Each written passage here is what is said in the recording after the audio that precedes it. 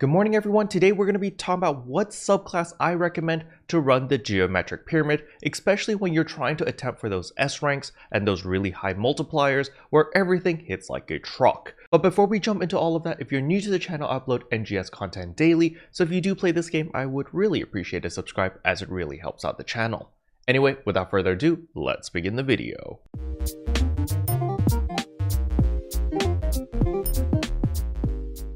So the very first thing you want to do when you log in is of course check your systems over here, get campaign items, and we have an equalizing enemy bug apology. So apparently the equalizing enemies were not dropping the right amount of N meseta, they were dropping less than usual, so we got a 20 SG compensation, so sure. So with that out of the way, let us talk about the geometric labyrinth. So in the labyrinth over here, you will unlock more and more multipliers which will allow the enemies to hit harder and harder. So as many of you guys have realized already, having a force subclass with your PP conversion is not a good idea in the pyramid, simply because you're always losing HP. You either start at half HP or you've got the HP drain going on, and HP is a very valuable resource and you don't want to be wasting it on the PP conversion, so the force subclass does not bring a lot of value, especially in the pyramid. So what subclass do I recommend? Well, as you can see here, I actually recommend the Hunter subclass. However, the reason why I recommend the Hunter subclass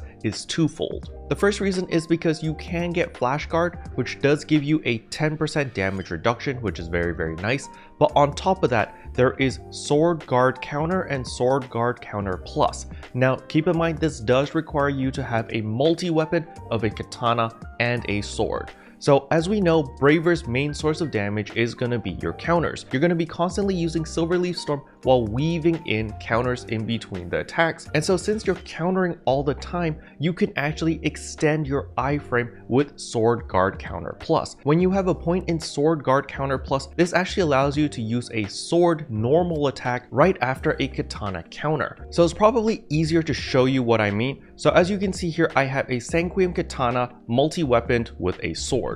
So what I'm going to do is I'm going to equip that, and you can see on my sub palette I have Silverleaf Storm counter as well as a sword normal attack, and we're going to let this guy hit me. Counter and into sword normal attack, counter into sword normal attack, and it actually gives me the iframe.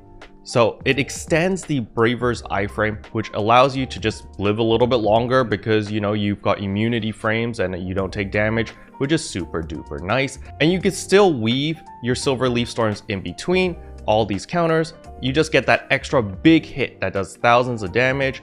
And keep in mind, my sword is not even augmented right now. It's not even enhanced, augmented, nothing.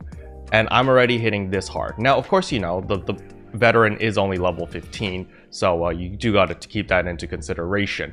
But this allows you to deal so much more damage. Boom and bam. You see?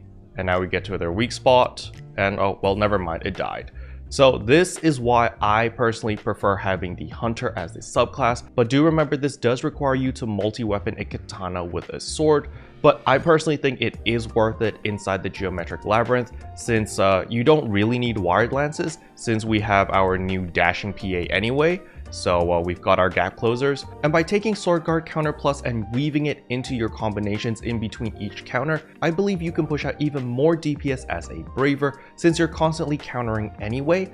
And this is like the best of both worlds. You're getting the fast-paced combat of the Braver with the big hitting attacks from the Hunter, and you're combining the best of two worlds together in order to make the ultimate build. So this is what I personally enjoy doing the most. However, that is not all. You also have Hunter's Physique if you want to use this in order to take 25% less damage. So stack that with the 10% over here, and that's 35%. So this will help you quite a bit. It also makes you immune to knockbacks and launches, which is also really nice.